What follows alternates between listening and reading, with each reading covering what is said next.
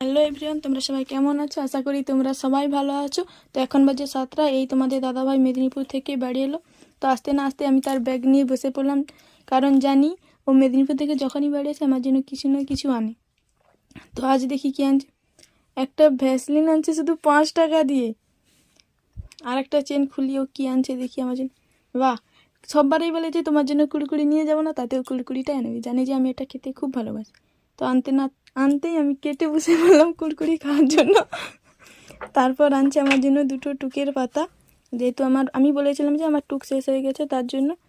তো আমি বলেছিলাম নেল পালিশ আনতে, কিন্তু কোথায় ব্যাগে তো খুঁজে পাচ্ছি না। তো আমাকে ঘেঁটে ব্যাগটা দেখতে হবে যে নেল পালিশটা আনছে না আনেনি।